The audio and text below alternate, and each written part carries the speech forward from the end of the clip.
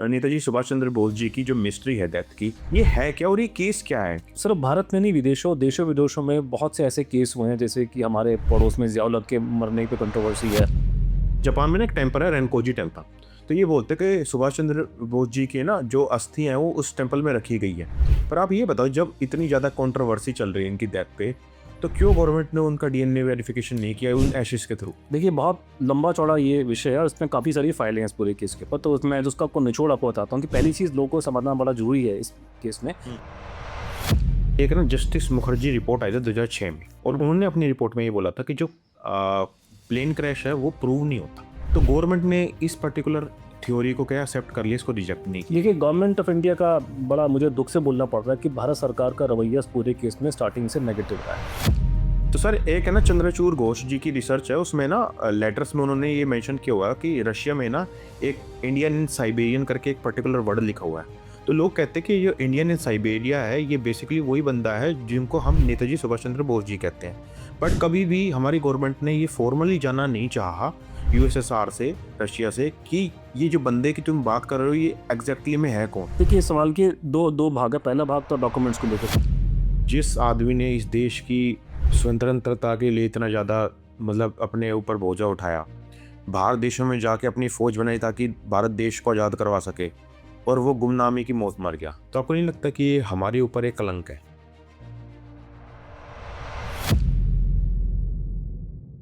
नमस्कार दोस्तों, तो स्वागत है आज के इस पावर पैक्ट शो में। तो दोस्तों, आज का जो पॉडकास्ट है वो बहुत इंटरेस्टिंग होने वाला है। क्यों? क्योंकि आज हम बात करेंगे एक ऐसी मिस्ट्री के बारे में जिसको सुन के शायद आपके रोंगटे खड़े हो जाएं।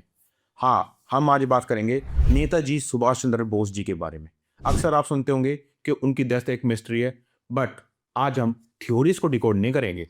आज हम डिकोड करेंगे डॉक्यूमेंट्स को, और ऐसी ऐसी बातें निकाल के सामने लाएंगे जिसको सुन के शायद आपका दिमाग खुल जाए। तो इसी क्रम में आज हमारे साथ जुड़े हैं अनुज दर जी। तो सर, आपका स्वागत है। आकाश जी, बहुत अच्छा लगा आपसे बात आज मिल करके, और आपने बड़ा अच्छा इसका इंट्रोडक्शन दिया, बहुत अच्छा। तो सर, सबसे पहले मेरा ये है कि जो ये नेताजी सुभाष चंद्र बोस जी की जो मिस्ट्री है डेथ की, ये है क्या और ये केस क्या है कि ये इतना हाईलाइट हो रहा है? देखिए, उसमें पहला तो चीज़ ये है कि दुनिया में, जैसे आपको पता है कि एक बहुत कॉमन बात है कि कोई भी आदमी सडनली किसी की डेथ हो जाती है या गायब हो जाता है, तो एक ह्यूमन क्यूरोसिटी होती है कि आप उसके बारे में जानना चाहते हैं। लोगों को डाउट हो जाते हैं। मैं ये एरे की बात कर रहा हूँ। और अगर कोई बहुत बड़ा आदमी जो दुनिया में जाना माना है, जैसे अभी कोई फिल्म एक्टर को लेके उसकी डेथ हुई थी बॉम्बे में, तो उसको लेके कंट्रोवर्सी है। तो कोई बहुत जो सेलिब्रिटी हैं या बड़े आदमी हैं या कोई बहुत बड़े नेता है, अगर उनकी एकदम से मौत हो जाती है या वो गायब हो जाते हैं, तो ऑब्वियसली उसमें नेचुरल है कि उसमें डिबेट्स होंगी, उस पर डिस्कशन होंगी, उसमें लोग अपनी थ्योरियाँ फ्लोट करेंगे। तो सिर्फ भारत में नहीं, विदेशों देशों विदेशों में बहुत से ऐसे केस हुए हैं, जैसे कि हमारे पड़ोस में ज़ियाउल हक के मरने पे कंट्रोवर्सी है। हमारे देश के अंदर बहुत सारी हैं। लाल बहादुर शास्त्री की डेथ मिस्ट्री है, और दीनदयाल उपाध्याय की डेथ मिस्ट्री है। ऐसे ऐसे हर एक देश में, ऑस्ट्रेलिया में, अमेरिका में, हर जगह में कंट्रोवर्सीज हैं। देखिए, लेकिन ये सारी कंट्रोवर्सीज को अगर आप देखेंगे, ध्यान रखेंगे, दुनिया में दो ही बड़े अनोखे केस निकल के आते हैं। पहला है अमेरिका में कैनेडी केस का, कि जॉन एफ कैनेडी को जो है वो, उसके बारे में कहा जाता है कि उसको गोली देकर मार दिया। किसने गोली मार दी? एक आदमी है, लेकिन लोग मानते नहीं। और वहाँ जो अमेरिकन सरकार बोलती है, जनता उसको नहीं मानती कि एक आदमी ने नहीं मारा, उसके पीछे कुछ लोग इन्वॉल्व थे। ये भी उसी तरह केस है कि भारत में सुभाष चंद्र बोस का, कि बड़ा अनोखा केस है कि सरकार जो बोलती है जनता उसको नहीं मानती।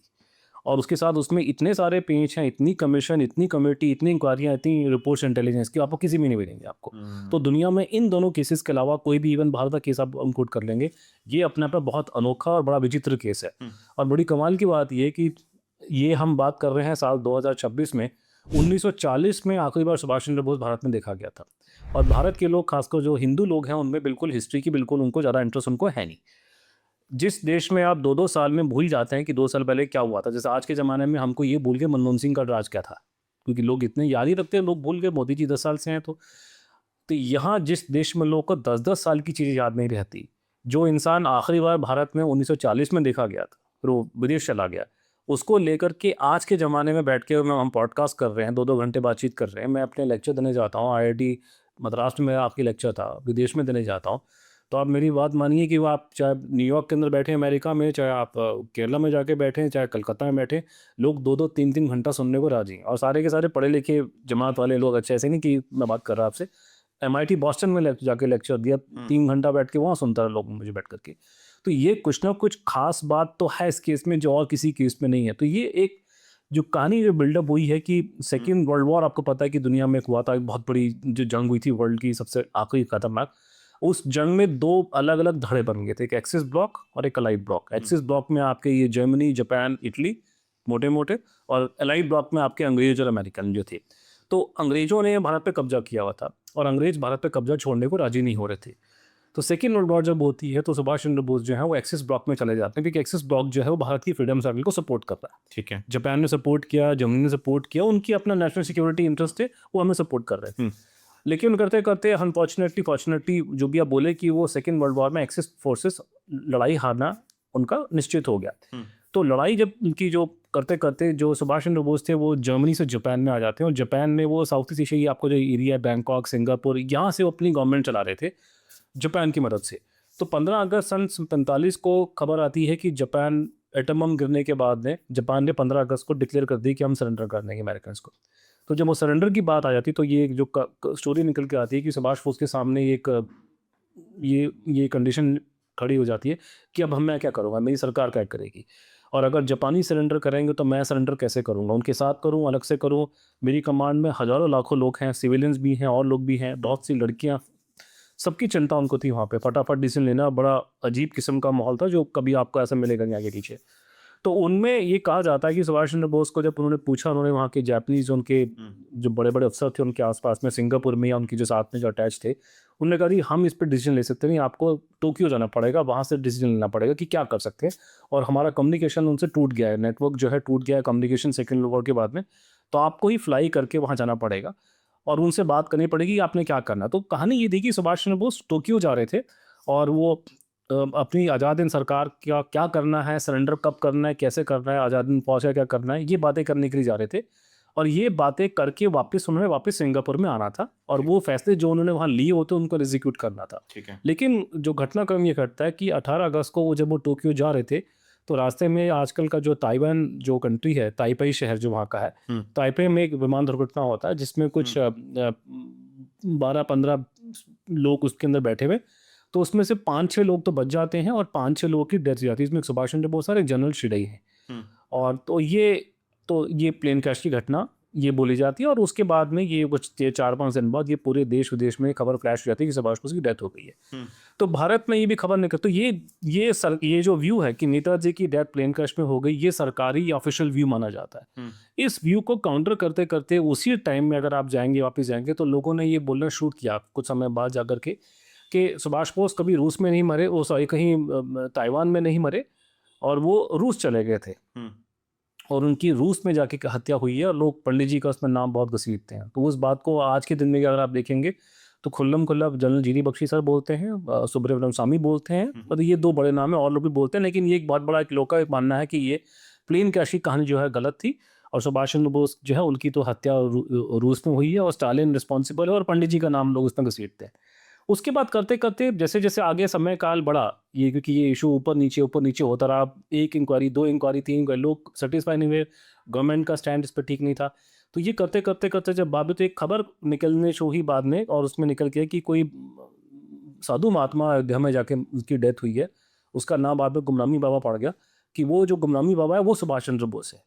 तो मोटा मोटा आपके सामने ये जो पूरी कहानी है ये 3 बिंदुओं पे केंद्रित है कि एक प्लेन क्रैश की थ्योरी है जो सरकार जिसको आप कह सकते हैं कि मोरल सपोर्ट अभी भी करती है, इतिहासकार जो है सपोर्ट करते हैं उसको बहुत ज़्यादातर, INA के बहुत से लोग करते हैं सपोर्ट उसको, अभी के हैं नेताजी के परिवार के लोग सपोर्ट कुछ करते हैं। तो एक वो प्लेन क्रैश, फिर एक दूसरी थ्योरी है कि साहब वो प्लेन क्रैश में नहीं मरे, वो रूस में थे, उनका मरवा दिया गया। तो इस बात को भी सपोर्ट करने वाले लोग काफ़ी मानने वाले हैं, उतने नहीं लेकिन है काफ़ी कुछ। और तीसरी स्टोरी आती है कि साहब ने वो गुमनामी बाबा सुभाष चंद्र बोस जो थे वो सुभाष चंद्र बोस, ये तीसरी सारी लड़ाई और सारा जो पूरी खोज है पूरी कहानी की, ये इन 3 बिंदुओं पर आधारित है। तो सर एक चीज़ बताओ कि एक ना जस्टिस मुखर्जी रिपोर्ट आई थी 2006 में, और उन्होंने अपनी रिपोर्ट में ये बोला था कि जो प्लेन क्रैश है वो प्रूव नहीं होता, तो गवर्नमेंट ने इस पर्टिकुलर थ्योरी को क्या एक्सेप्ट कर लिया, इसको रिजेक्ट नहीं किया। देखिए गवर्नमेंट ऑफ इंडिया का बड़ा मुझे दुख से बोलना पड़ रहा है कि भारत सरकार का रवैया इस पूरे केस में स्टार्टिंग से नेगेटिव रहा है और इन्होंने केस को दबाया सरकार का। और ये स्टार्टिंग की बात कर रहा हूँ, जब आपकी इंटरिम गवर्नमेंट सन 46 में बन गई थी तो 46 के बाद से ही भारत सरकार जो है इस केस पे पर्दा डालना चाहती है। इन्होंने फाइलों को जलाया है, झूठ बोला है, और पब्लिक को मिसलीड किया है, और उसके अलावा ये लोग इस पर कोई इंक्वायरी नहीं चाहते। अगर आप सरकार की फाइलें पढ़ेंगे, जैसे मान लीजिए कि जो डिक्लासिफाइड मटेरियल निकल के आया है, तो उसमें सरकार की फाइलों में उन्होंने झूठी बातें लिखी हैं कि जब जनता ने बोला तो हमने इंक्वायरी बना दी। असलियत वो नहीं कि जनता ने बोला, जब आपको धमकियां मिली और आपके कनपटी बंदूक टिकाई गई, आपने मजबूरी में कमीशन बनाया, आपने खुद नहीं बनाया। तो ये केस का जो आपने मुखर्जी कमीशन का जो नाम लिया, वो तो उस टाइम पे मैं पर्सनली एक्टिव हो चुका। पहले की बात तो मैंने पढ़ी है, मैंने वो दौर देखा नहीं कि 1950 में जो कमेटी बनी उसमें क्या हुआ। मुझे उसका, मैं तो पढ़ के बता सकता हूँ कि मैंने तो कभी देखा नहीं उस ज़माने में। फिर जो 70s में कमीशन बना है वो भी मुझे नहीं पता, लेकिन मुखर्जी कमीशन का मुझे डायरेक्ट नॉलेज। आई न्यू जैसे मुखर्जी, मैं एज ए पत्रकार के तौर पर इसको फॉलो कर रहा था केस को उस ज़माने में। तो मुखर्जी कमीशन बनने का कारण बड़ा सिंपल स्ट्रेट फॉरवर्ड है कि ये पूरी जो कंट्रोवर्सी चल रही है सुभाष बोस के मरने की, 1990 और 95-96 का जो टाइम था ना, बड़ा अजीब किस्म का टाइम था हमारे लिए। उसमें 3-4 चीज़ों का मिलन हुआ। उसमें मिलन किस बात का हुआ कि पहले मिलन ये हुआ कि एक सुभाष चंद्र बोस के जीवन के 100 साल पूरे होने वाले थे। उनकी जन्म शताब्दी थी 1997 में, उनका 1897 का बर्थ है। तो 1997 में नेताजी का बर्थ एनिवर्सरी बनने वाला था। सरकार ने तैयारी स्टार्ट कर दी थी, करना पड़ेगा, नाम लेना पड़ेगा, नाम नहीं छुपा सकते। उनकी मूर्ति लगी पार्लियामेंट हाउस के अंदर, और भी कई काम हुए। और 1997 भारत की आज़ादी का 50वां साल भी था। अच्छा। तो वो दोनों मिल गए, 50 भारत की आज़ादी के साल, गोल्डन जुबली, और सुभाष बोस की 100th एनिवर्सरी। तो नेताजी का नाम और फ्रीडम फाइटर का नाम लेना पड़ेगा आपको, वो नाम। तो उसमें हाइटन इंटरेस्ट लोगों में पैदा शुरू हो गया सुभाष बोस को नाम को लेकर के। उसी पे एक बड़ा अजीब घटनाक्रम घटा वहाँ पे। तो उस टाइम हुआ ये कि लोग जैसे बोला करते थे प्राइवेट डिस्कशन में कि कोई प्लेन क्रैश में सुभाष बोस की डेथ नहीं हुई है, वो रूस में है, उनको रशिया में किसी प्रिजन में रखा हुआ था, ऐसे करके बातें लोग भारत में बोला करते थे। लेकिन 1989 के बाद जब सोवियत रशिया जो कंट्री थी वो टूटनी शुरू हो गई। पहले वो कम्युनिस्ट कंट्री थी, ठीक है। तो कम्युनिस्ट कंट्री में तो बोलने की फ्रीडम नहीं होती। वो तो यहाँ बैठ के कम्युनिस्ट हमारे सुबह शाम गाली देते हैं, उनको पता है कम्युनिस्ट कंट्री में किसी को बोलने की इंडिपेंडेंस नहीं, फ्रीडम नहीं होती। तो जब रशिया टूटना शुरू हुआ, वो टूटना 18 में स्टार्ट हुआ था और 19 में टूट के बिखर गया, मतलब एक नया कंट्री बन गया रशिया, जो सोवियत रशिया का बहुत छोटा पार्ट है। तो जब वो सोवियत रशिया टूटना शुरू हुआ, तो वहाँ पे एक ऐसा दौर आया कि वहाँ के लोगों ने खुल के बातें बोलनी शुरू कर दी पुरानी। जो पहले गड़े मुर्दे वहाँ उखड़ते नहीं थे, उखड़ने शुरू हो गए। तो कुछ जो लोग, जो रिटायर्ड लोग थे, सिक्योरिटी वाले, एंटेनेस वाले, उन्होंने वैसी बातें बोलनी शुरू करी जो पहले वहाँ परमिशन बोलने की थी नहीं। तो वहाँ पे ये खबर निकल के लोगों को मालूम चली, और यहाँ पे भी भारत तक आवाज़ उसकी आई है बाद में, कुछ साल बाद, कि रशिया में लोग, जो खासकर वो लोग जो उनकी केजीबी में काम करते थे, उन्होंने ये बोलना शुरू कर दिया प्राइवेट में या आर्टिकल में सजेस्ट किया कि वो सुभाष चंद्र बोस हमारे पास में थे, लेकिन तुम्हारी सरकार को इसमें इंटरेस्ट नहीं है। तो इसका मतलब जो बीमारी भारत के लोगों को है यहाँ पे, कि हम बोलते रहते हैं कि इस नेताजी नहीं मरे प्रेम काश में, वो रूस में थे, तो ये बीमारी रूसियों को भी है बोलने की, साहब हमारे पास में थे लेकिन तुम्हारी सरकार को इसमें इंटरेस्ट नहीं है। तो एक वो भी लेके कंट्रोवर्शियल एक माहौल खड़ा हुआ। उसी में करते करते दौर में फिर एक धड़ा जो था, वो ये मानता था कि सुभाष चंद्र बोस की डेथ एक प्लेन क्रैश में हो गई ताइवान में, और वहाँ पे उनका संस्कार किया गया, और संस्कार करने के बाद में उनकी अस्थियों को जापान में वहाँ पे एक मंदिर है, अनकोजी टेम्पल, वहाँ रखा हुआ है। तो लोग कहते साहब बहुत बहुत टाइम हो गया, आपने जो कंट्रोवर्सी थी इतनी लंबी खिंच गई, अब तो जिंदा नहीं होंगे। फिर आपने एक कमेटी बना दी है, पहले शाहनवाज कमेटी 1956 में, फिर आपने ये कमीशन बना दिया, इतना समय बीत गया, अब तो नेताजी जिंदा नहीं होंगे, अब समय आ गया कि उनकी अस्थियों को भारत में लाना चाहिए हमको। तो इन लोगों ने अपनी बातें बोल करके ये बोलना शुरू कर दी कि उनकी अस्थियों को भारत में लेकर आओ। तो जब ये बात लोगों ने बोलनी शुरू करी कि अस्थियां उनकी भारत में आनी चाहिए जापान से, सुभाष बोस की वो जो कहते थे, तो उस जमाने के रक्षा मंत्री जी थे हमारे मुलायम सिंह यादव जी। और मुलायम सिंह यादव जी ने किसी प्रेस कॉन्फ्रेंस में किसी बात करते करते अनविटिंगली, उनको शायद पता नहीं होगा, तो मुलायम सिंह जी के मुंह से निकल गया कि मैं वो अस्थियां हम लोग बाहर लेकर आएंगे वहाँ से। तो जब ये बात बोली तो किसी भाई ने जाके कलकत्ता हाई कोर्ट में केस ठोक दिया कि पहले कंफर्म तो करो, हड्डियाँ की हस्तियाँ किसकी हैं, ऐसे कैसे लेकर आ जाओगे। तो उसने कलकत्ता हाई कोर्ट में केस ठोक दिया। तो कलकत्ता हाई कोर्ट में उस टाइम चीफ जस्टिस थे प्रभाष शंकर मिश्रा जी, यहीं ग्रेटर क्लास में थे, अब इनकी डेथ हो गई। तो प्रभाष शंकर मिश्रा जी ने एक बड़ा सिंपल से, और ये अपने आप में एक बहुत अच्छा आर्गूमेंट है, मुझे ज़्यादा किताब आपको दिखा कि आजकल लोगों का एक बड़ा प्रॉब्लम इस देश में हो गई है, खासकर हमारे ये जो सोशल मीडिया में और इवन एकेडमिक्स में, कि मुझे एक साइटेशन मिल जाए कहीं से, मैं उसके बेस पर जो मर्जी लंबी छोड़ दूँ बैठ करके। तो मैं तो एक चीज़ के बेस पर नहीं बोलता, मैं 50 आपको सोर्स इंडिकेट करता हूँ, लेकिन अगर आपको मैं एक कारण दिखाता हूँ अभी आपके सामने कि प्रेम क्रैश की थ्योरी आउट है, वो आउट इसलिए है कि जब ये केस कोर्ट कमीशन वहाँ चला गया कोर्ट के सामने, तो जज साहब ने सरकारी वकील को पकड़ लिया। उसने बोला तुम्हारा स्टैंड क्या, तुम बताओ। तो होता क्या है कि सरकारी जो प्रवक्ता, जैसे जो टीवी की डिबेट्स होती हैं, जो पॉलिटिकल स्पिन डॉक्टर्स आते हैं, वो एक दूसरे को भर भाड़ के साम दाम दंड भेद कुछ भी बोल के चले जाते हैं। ये तिगड़मबाजी और ये स्पिन डॉक्ट्रिन कोर्ट में नहीं चलती, खासकर तब जबकि जज को केस में इंटरेस्ट हो। तो उसने जो कॉर्नर किया भारत सरकार के वकील को, तो वकील ने हाथ खड़े करके बोल दिया कि प्लेन कैश की कहानी है प्रॉब्लम। तो उसने कहा जी आप खुद एडमिट कर रहे हो प्लेन कैश की प्रॉब्लम है, कहानी प्रॉब्लम है, उसमें कंट्रडिक्शंस आ रहे हैं, आई विटनेस अकाउंट जो है मैच नहीं कर रहा है। अब और ये रिकॉर्ड पर है, कोर्ट के ऑर्डर में लिखा हुआ है। सरकारी वकील ने जब वो एडमिट कर लिया, सरकार का स्टैंड ही है जो आप बताने को राजी नहीं, आप पब्लिक में कुछ बोल रहे हो लेकिन कोर्ट में कुछ और जाके बोल रहे हो, तो उन्होंने कहा आप इस पर इंक्वायरी करवाओ, ये काम चलेगा। तो ये फिर कोर्ट का ऑर्डर आ गया 1998 के आसपास किया है। वो करते करते उस टाइम में मुरारजी और ये अपने अटल बिहारी वाजपेयी की सरकार आ गई। तो ये पहले सरकार थी देवी गौड़ा जी की, उसके बाद में सरकार आ गई अटल वाजपेयी की। तो यहाँ पे गृह मंत्रालय के अंदर बड़ी ज़बरदस्त टॉप सीक्रेट मीटिंग होती है। उसके रिकॉर्ड में देख के मैं हैरान हो गया था, किसी को पता नहीं, जिनको बुलाया उनको मालूम भी नहीं कि मीटिंग किसकी हो रही है, टॉप सीक्रेट है, मीटिंग है, आप गृह मंत्री के ऑफिस में आइए, चैम्बर में, नॉर्थ ब्लॉक में ऐसे होगा ये करके। तो सीक्रेट मीटिंग में एजेंडा था कि ये क्या करें, सुभाष बोस की इंक्वायरी बनाए कि ना करें। तो वहाँ पे बाकी लोग तो इधर उधर की बातें कर रहे थे, लेकिन जो सोनी सराफ जी जो हमारे अटॉर्नी जनरल थे हमारे, उसने कहा नहीं ये तो इंक्वायरी करनी पड़ेगी, कोर्ट का ऑर्डर बड़ा क्लियर है। तो उन्होंने फिर एक कमीशन बनाया जो कोर्ट का जो एक भारत में हमारे जो प्रथा है कि सुप्रीम कोर्ट के चीफ जस्टिस से पूछा जाता है कि किसी रिटायर्ड जज का नाम आप नॉमिनेट करो, बताओ कि कौन जो है कमीशन हेड करेगा। मेरे को सुनने में आया था कि जस्टिस थॉमस का नाम चल रहा था पहले, लेकिन वो अवेलेबल नहीं थे। फिर जस्टिस मनोज मुखर्जी या फिर दोनों के नाम थे उसमें से एक, तो गवर्नमेंट ने मनोज मुखर्जी का नाम चूज़ के उसको बोला कमीशन बनाया। देखिए जज भी बोलना नहीं चाहिए, लेकिन जज भी हर तरह के होते हैं देश में, ठीक है ना। तो इस मामले में मनोज मुखर्जी का रिकॉर्ड बिल्कुल क्लीन आदमी है, बिल्कुल नीट एंड क्लीन आदमी, और कोई उसका बैकग्राउंड ऐसा में कोई नेगेटिव, जैसे पहले एक जो कमीशन कमेटी जो बनी थी पुराने ज़माने में, वो दोनों कांग्रेसी थे, ठीक है। तो इसमें यहाँ कोई ऐसा लिंक नहीं है, कोई कांग्रेस का बीजेपी का लिंक नहीं है। वकील आदमी है, पहले जज बन गए, सुप्रीम कोर्ट में है, पहले के इलाहाबाद हाई कोर्ट के चीफ जस्टिस थे, उसके पहले बॉम्बे हाई कोर्ट के चीफ जस्टिस थे, उनके भाई बहन भी वकील, उनके पिताजी वकील, एक भाई जो है लंदन में बहुत बड़ा कॉर्पोरेट सेक्टर में काम कर रहा है।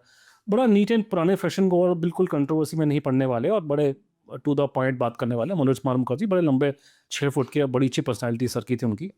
तो वो उन्होंने बना दिया। और मुखर्जी साहब ने पूरा काम टू द पॉइंट, उसने कहा जी मैं कोई इधर उधर पे नहीं जाऊंगा। वो लोगों ने बात की, पंडित जी ने ये कि मुझे पंडित जी से मतलब नहीं है, मैं सबकी पता लगाने के लिए बैठा हूँ कि ये मरे कि नहीं मरे, प्लेन क्रैश में क्या हुआ। तो ये उन्होंने इंक्वायरी करी, और मुखर्जी कमीशन की आयोग की जो रिपोर्ट आती है, जो आपने सवाल आपको वो है, तो उन्होंने मुखर्जी कमीशन की आयोग की रिपोर्ट में उन्होंने 3-4 कंक्लूजन ड्रॉ किए। पहला कंक्लूजन ये है कि कोई प्लेन क्रैश नहीं हुआ, ठीक है। ये पूरी कहानी नकली कहानी प्लांट हुई है, क्योंकि सुभाष चंद्र बोस रूस को जाना चाहते थे अपनी आज़ादी की लड़ाई को आगे कंटिन्यू करने के लिए। तो ये पूरी कहानी सुभाष बोस के फॉलोअर्स जो एक दो उनके साथ में थे, उनका जो एडीसी था हबीबुर रहमान, वो और जापानी और नेताजी सब ने मिल करके एक नकली स्टोरी प्लांट करी है उनके मरने की, और वो रूस की तरफ को चले गए। तो वो वहाँ पे वो उनकी कोई प्लेन क्रैश नहीं हुआ, कोई डेथ नहीं हुई। और जो अस्थियाँ बोली जाती हैं जापान में, वो अस्थियाँ सुभाष चंद्र बोस की नहीं, क्योंकि डेथ ही तो अस्थि कहाँ से आ जाएगी। और उसके बाद में रशिया में क्या हुआ ये उनको नहीं पता चला, क्योंकि उनको रशिया में इंटेलिजेंस के आर्काइव एक्सेस नहीं मिला, उसमें भारत सरकार ने कुछ ज़्यादा उनको सपोर्ट नहीं किया। और उसके साथ में उन्होंने और थ्योरी अभी उन्होंने स्टडी करी, मैं उसको बाद में बताऊंगा आपको कि वो उन्होंने क्या बोला। लेकिन मोटा मोटा इस कमीशन ने इस प्लेन क्रैश की कहानी को रिजेक्ट कर दिया। अपना भारत सरकार के आपने जो सवाल पूछा, इनका जो रवैया है कितना गलत, आप देखिए भारत सरकार की प्रॉब्लम इस केस में ये है कि ये लोग प्राइवेटली तो कुछ और बोलते हैं, पार्लियामेंट में कुछ और बोलते हैं, कोर्ट में कुछ और जाके बोल देते हैं, तो हर जगह इनकी अलग अलग स्टेटमेंट निकल के आती हैं। तो इन्होंने उस टाइम पे क्या किया कि जब कोर्ट ने पूछा 97 के आसपास में कलकत्ता, तो वहाँ तो कहा कि प्लेन क्रैश में डाउट है। उसके बाद जब मुखर्जी कमीशन बनी, तो मुखर्जी कमीशन में भारत सरकार का वकील था, ठीक है। भारत सरकार के वकील ने मुखर्जी कमीशन के सामने जो आर्गूमेंट होता है, आर्गूमेंट सेशन था कि जहां हर एक वकील अपना अपना अपना अपना केस रखता है, तो उसका आर्गूमेंट सेशन हुआ था मेरे ख्याल से मनमोहन सिंह के पीएम बनने के काफ़ी महीने बाद में, फरवरी 2005 के आसपास जाके आर्गूमेंट सेशन हुआ उसका कमीशन का। तो उसमें सरकारी वकील ने ऑन रिकॉर्ड ये बोला कि प्लेन क्रैश नहीं हुआ, ठीक है। पर जैसे ही उनको रिपोर्ट मिलती कि प्लेन क्रैश नहीं हुआ, रातों रात सरकार ने पलटा मारा और कहा जी प्लेन क्रैश हो गया, मर गए, और ये हमारी पुरानी रिपोर्ट जो है जो कांग्रेस के ज़माने की वो रिपोर्ट ठीक है, क्योंकि तो ये इन्होंने एकदम पलटा मारा है। मेरा मानना है कि अगर ये केस सुभाष चंद्र बोस का ना हो और कोई अर्बन नक्सल का हो या किसी आतंकवादी का हो, किसी उसका हो, तो देश में आग लग जाएगी। कि कोर्ट रात को पकड़ लेगा कि क्या आप कैसे ही आप कभी कुछ कह रहे हैं कभी कुछ कह रहे हैं। आप हमारी किस्मत हमारी फूट गई है कि सुभाष बोस के नाम पे पॉलिटिक्स होती नहीं है, तो उनके नाम पे कोई किसी को वोट मिलने नहीं आज के ज़माने में, तो इसलिए कोई ये ध्यान नहीं दे रहा। नहीं तो ये open and shut case government के कवर अप का। तो सर एक चीज बताओ, तो गवर्नमेंट ने जो किया है वो बिल्कुल अनडेमोक्रेटिक, अनजस्टिफाइड और कंप्लीटली पॉलिटिकली मोटिवेटेड, ठीक है। कि उसने कमीशन की रिपोर्ट को रिजेक्ट कर दिया। तो सर एक चीज बताओ, जैसे जापान में ना एक टेम्पल है रेनकोजी टेम्पल, तो ये बोलते हैं कि सुभाष चंद्र बोस जी के ना जो अस्थि हैं वो उस टेम्पल में रखी गई है।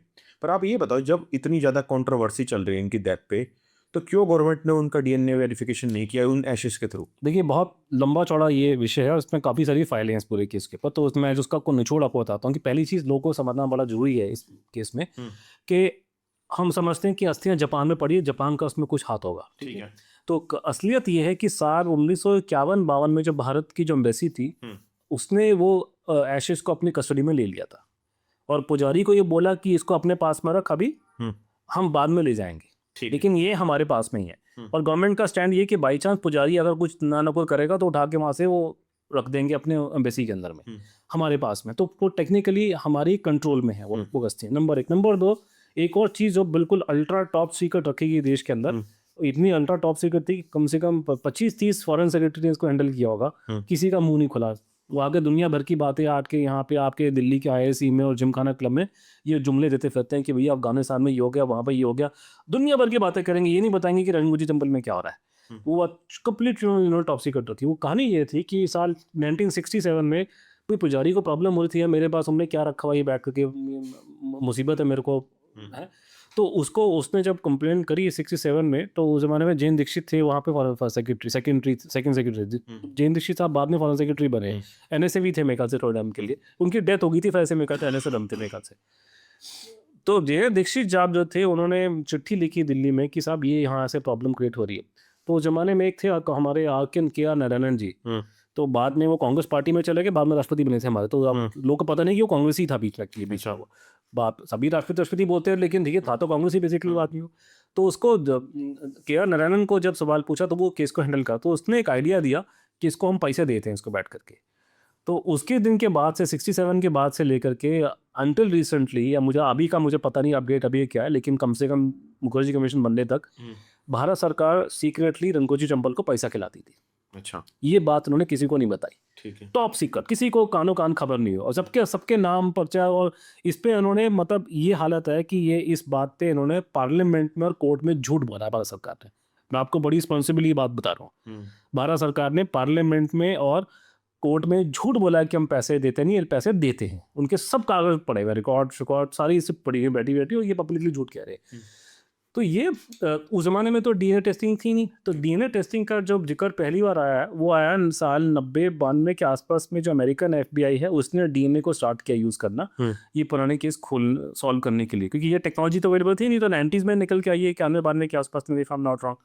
तो FBI में जब आया तो ये 1995-96 में पहली बार मुद्दा उछला कि ये सुभाष बोस की एशेस को क्यों नहीं आप करते हो टेस्ट। तो पहली बात ये कि DNA करवाना चाहिए, ये बात अभी की नहीं है, ये चलती आ रही है बहुत टाइम से। ठीक है। लेकिन सरकार कोई ना कोई बहाना मार मूर्खन जी, ये नहीं हो रहा, वो नहीं हो रहा, ऐसे करके ये नहीं करना चाहती। करते करते जब मुखर्जी आयोग बना था, तो जैसे मुखर्जी ने बोला कि अस्थियां मुझे खोल के दिखाओ, तो ये लोग दिखाने को राजी उसको नहीं हो रहे थे, वहाँ नाक नुकुर कर रहे थे बैठ कर। एनी हो, उन्होंने कहा जी फोटो खींच के मुझे बेच के दिखाओ। तो उसकी फोटोएं लेकर के मुखर्जी साहब ने, उसकी फोटो उन्होंने दुनिया भर के, इंग्लैंड में एक थे अब बड़े जाने माने एक्सपर्ट DNA के, अमेरिका में एक्सपर्ट हैं, जापान में हैं, भारत में, उन सारे एक्सपर्ट्स को ये दिखाई उन्होंने फोटो में। तो उन्होंने एक्सपर्ट्स ने बोला कि यार ये तो हड्डियाँ जो ना मतलब जली हुई हैं, तो आदमी को जला दिया गया, तो जला हुआ जो हड्डी होती है उससे DNA निकलना नहीं के बराबर, कम से कम उस जमाने की टेक्नोलॉजी के हिसाब से तो बिल्कुल पॉसिबल नहीं था कि अगर पुरानी हड्डी तो निकाल देंगे, लेकिन जली हुई हड्डी का कैसे निकालेंगे। तो सबने हाथ खड़े किए, लेकिन जो अमेरिकन एक्सपर्ट टेरी मिल्टन है, मैडम ने ये बोला कि मुझे उम्मीद तो नहीं है कि कुछ निकलेगा इसमें से, लेकिन मैं कोशिश कर सकती हूँ, बट ये करने से पहले आप एक काम करेंगे कि इसका एंथ्रोपोलॉजिकल टेस्ट करवा के मुझे इसकी रिपोर्ट देंगे आप। तो एंथ्रोपोलॉजिकल टेस्ट जो एवोल्यूशन उसका होगा फॉरेंसिक, उसे मालूम चलेगा कि हड्डी है किसकी, क्योंकि अगर आप उसकी फोटो जो हड्डी जो दिखाई दे रहा है कि ये लोअर जॉ बोन है पूरा पड़ा हुआ, ये स्कल के टुकड़े दिखाई दे रहे हैं करके बहुत सारे, तो जब आप उसको टेस्ट करेंगे एंथ्रोपोलॉजी वाले, वो बता देंगे कि आदमी की हड्डी की तो है, वो इंसान की, वो जानवर की नहीं है, आदमी है, औरत है, उम्र कितनी है, भारत का कि कहाँ का, ये करके वो सारी बातें मालूम चल जाएंगी। ठीक है, जब तक ये जो बात बोली जा रही थी, इंडिपेंडेंटली मुखर्जी के सामने एक एविडेंस आना शुरू हो गया था। वो एविडेंस बड़ा क्लियर है कि ये हड्डियां सुभाष बोस की तो है नहीं, ये हड्डियां बेसिकली एक जापानी सोल्जर की हड्डी है, उसका नाम है इचोरो कोरा। तो इचोरो कोरा की बॉडी को नेताजी की बॉडी बना के फूका गया, बिकॉज कुछ को बॉडी चाहिए ना उनको, कि जो डेथ कैसे दिखाएंगे। तो बॉडी है, बॉडी को कवर किया, उसकी शक्ल दिखाई नहीं किसी को, उसको फूक दिया, उसने कहा जी सुभाष बोस की ये डेड बॉडी है। तो ये हड्डियां इचोरो कोरा की हड्डी है। तो ये बात मुखर्जी को साबित हो चुकी है, लेकिन उसने कहा चलो मैं इस पर डीएनए टेस्ट कराना चाहता हूँ। और ये मिल्टन ने मुझे ये बात बोली है। तो जब उसने भारत सरकार को बोला कि कंट्रोल तो हमारा है, हमारी एम्बेसी कंट्रोल में बैठी, हमारे विदेश मंत्रालय कंट्रोल में बैठा हुआ, तो अब आप सवाल पूछेंगे कि सुभाष चंद्र बोस की हड्डियों का डीएनए टेस्ट क्यों नहीं हो रहा। उसका आंसर है कि भारत सरकार नहीं चाहती। हम पूरे फेवर में, हम करवाइए उसको, बट हमारी कंडीशन ये है कि वो यहाँ नहीं होगा, किसी देसी लैब में नहीं होगा, विदेश में किसी लैब में, वो अमेरिका में या 2-4 अलग अलग कंट्रीज में कराइए। और उन लैब के अंदर भी हमको ये इंश्योर करना पड़ेगा कि वहाँ पे कोई देसी आदमी ना बैठा हो कोई, क्योंकि ये जो देसी आदमी जो बाहर जाके वहाँ पे पॉलिटिक्स लेके जाते हैं, इनका कोई विश्वास नहीं है, उनका दीन ईमान नहीं है। आधे तो इनके पॉलिटिशियन के बच्चे जाके बैठे हैं फॉरेन कंट्री में, तो ये वहाँ जाके भी उंगली करेंगे। तो हमें किसी गोरों की लैब में करवाना है, उसमें हिंदुस्तानी को बाहर रखो वहाँ से, लेकिन विदेश में होना चाहिए, देश की लैब का नहीं करना। एक नंबर के झूठे, और सरकार पहले दिन से झूठ बोल रही है इस केस के ऊपर। तो सर एक है ना चंद्रचूड़ घोष जी की रिसर्च है, उसमें ना लेटर्स में उन्होंने ये मेंशन किया हुआ है कि रशिया में ना एक इंडियन इन साइबेरियन करके एक पर्टिकुलर वर्ड लिखा हुआ है। तो लोग कहते हैं कि ये इंडियन इन साइबेरिया है, ये बेसिकली वही बंदा है जिनको हम नेताजी सुभाष चंद्र बोस जी कहते हैं। बट कभी भी हमारी गवर्नमेंट ने ये फॉर्मली जाना नहीं चाहा यूएसएसआर से, रशिया से, कि ये जो बंदे की तुम बात कर रहे हो ये एग्जैक्टली में है कौन। और बाकी जो इनफॉर्मल जो वेज है सब ये कहते हैं कि ये पक्का जी नेताजी थे। तो क्या लगता है कि इस बात में कितनी सच्चाई है उसमें? देखिए, सवाल के दो भाग है। पहला भाग तो डॉक्यूमेंट्स को लेकर के, डॉक्यूमेंट लेके मैं सब मेरा जैसे मैंने आपको बताया था पहले, मैं एक लेटर या एक कागज़ के बेस पे, खासकर जबकि वो कागज़ इनडायरेक्ट हो, पे नहीं चलता, क्योंकि वो बहुत से लोगों का आजकल ये बात है कि एक लेटर उठा लिया, उसके नाम पे आपने फेसबुक में जुमला दे दिया और कोई आपको पकड़ेगा, बोलेगा मैंने नहीं लिखा, वो उस लेटर में लिखा हुआ है। तो ये इतना सीरियस केस है, तो मैं किसी एक लेटर या एक रिपोर्ट के, मैं मल्टीपल रिपोर्ट्स को लेकर चलता हूँ। तो पहली चीज़ जो आप सुभाष बोस को रशिया में जो रहने की बात है, रशिया जाने की वो प्लानिंग करे थे, वहाँ तो क्लियर कट रिपोर्ट इंटेलिजेंस की आ रही, अंग्रेजों के ज़माने की। उनके साथियों सबने बोल दिया, वो जो प्लेन क्रैश के साथ में थे उन सबने कहा कि वो रूस जाने की प्लानिंग कर रहे थे। तो इसमें कोई किसी को डाउट नहीं कि वो रशिया जाने की प्लानिंग कर रहे हैं। जो सरकार ने छुपाया बात है बहुत दिन तक, अभी तक छुपा रहे हैं कि उनका प्लान था रशिया जाने का। तो रशिया जाना में कोई डाउट नहीं है, अभी सही क्लियर। रशिया में वो हो सकते हैं, उसको लेकर के कुछ रिपोर्ट्स इंटेलिजेंस की हैं, CIA की रिपोर्ट्स हैं, भारत सब के टाइम की, अंग्रेजों के ज़माने की रिपोर्टें हैं। उसके अलावा कुछ लोग के अकाउंट हैं, मतलब कुछ लोगों ने बोला, जिनका झूठ बोलने का कोई मोटिव नहीं है। तो अगर आप मुझसे पूछेंगे एज ए पत्रकार के तौर पे, मैं जैसे मैंने कई लोगों से बातचीत की, मैं आपको एक छोटा एग्जांपल देता हूँ कि मैंने जॉर्ज फर्नांडिस जी से बात की थी, जॉर्ज साहब से। तो उनको मैंने बोला कि रूस से सुभाष बोस का मुद्दा उछालना चाहिए, इनसे बात करनी चाहिए। तो उसने कहा नहीं, मैं तुझे पता कितना हथियार मिलता हम कौन से, तो उन्होंने मेरे को मना कर दिया। कुछ साल बाद उन्होंने मुझे, जॉर्ज साहब ने मुझे बताया कि मैंने रूस के रक्षा मंत्री से बात की थी सुभाष बोस के बारे में। तो उसने बोला कि ये मुद्दा तेरे मेरे बीच का नहीं, अपने प्रधानमंत्री को बोल के हमारे राष्ट्रपति से बात करें करके, सीरियस मुद्दा है, बड़े लेवल पर चाहिए। तो ऐसे बहुत से इनपुट डायरेक्टली एंड डायरेक्टली, अब आपको मैं बताऊंगा ना कि मुझे लोगों ने क्या क्या बोला। अगर मेरी मान लीजिए कोई बातचीत किसी रॉ के आदमी से हुई है, किसी IB के चीफ डायरेक्टर से बात की, तो वो तो आपको पॉडकास्ट में बताऊंगा नहीं। लेकिन मैं बता रहा हूँ कि मल्टीपल सोर्सेज से हमें लोगों ने जो बताया, तो मैं एज ए पत्रकार के, फॉर्मर पत्रकार के तौर पर मैं कन्फर्म हूँ कि वो रशिया में थे, इसमें कोई डाउट नहीं है। ठीक है। सरकार जो है, हमारे सरकार का एक इसमें बड़ी दोगली नीति है। पहली इसमें दोगली नीति इस बात की है कि आपको मालूम होगा कि जैसे कि वो कहते हैं कि लीगली एडमिसिबल एविडेंस इसमें से कोई भी नहीं है। अब होता क्या है कि हमारे, आपको पता है कि दाऊद इब्राहिम पाकिस्तान में बैठा हुआ है, ठीक है, आपको पता है, मुझे पता, सारे देश में हर एक आदमी को पता है। भारत सरकार हर 2-3 साल में एक डॉजिया बना के पाकिस्तान को देती है कि साहब वो दाऊद इब्राहिम तुम्हारी कंट्री में है। वो कहते हैं जी ये तो कोर्ट में एडमिसिबल नहीं है। अब वो गलत तो नहीं है लीगली, क्योंकि उनके कोर्ट भी वही है जैसे हमारे कोर्ट थे, कि दाऊद इब्राहिम अगर पाकिस्तान में है तो इसका लीगली एडमिसिबल एविडेंस क्या होगा? उसका लीगली एडमिसिबल एविडेंस होगा कि दाऊद इब्राहिम खुद एफिडेविट फाइल करे बॉम्बे के कोर्ट में और बोले मेरा नाम दाऊद इब्राहिम है, मैं मुंबई में रहता हूँ, यहाँ रहता हूँ, कराची में, तभी माने कोर्ट में तो बिल्कुल ऐसा चाहिए होता, ब्लैक एंड व्हाइट। तो जब अपने गले पड़ेगी तो हम इंटरनेशनल रिपोर्ट्स को बोलते हैं कि साहब ये तो रिपोर्टें बड़ी सच है। और हमारी बारी में, सुभाष बोस की बारे में कहते हैं ये तो लीगली एडमिसिबल नहीं है रिपोर्ट है, ये तो रिपोर्ट्स है, इंटरनेशनल की रिपोर्ट्स को मानता नहीं कोई। तो मैं कन्विंस हूँ।